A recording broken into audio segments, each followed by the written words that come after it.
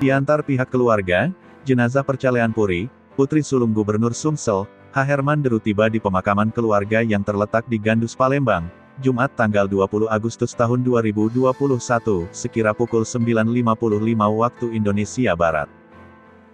Dibantu beberapa orang, tampak suami Percalean Puri, Dr. Syamsuddin yang langsung mengangkat keranda istrinya tersebut untuk kemudian diantarkan ke liang lahat. Sementara itu, Gubernur Sumsel Herman Deru bersama istrinya Febrita Lustia, berjalan menyusul dengan menggandeng Muhammad Mandala Sultan Persya Danis anak pertama mendiang Percalean Puri. Dengan berjalan menunduk, raut kesedihan tampak terpancar jelas dari wajah orang nomor satu di Sumsel ini.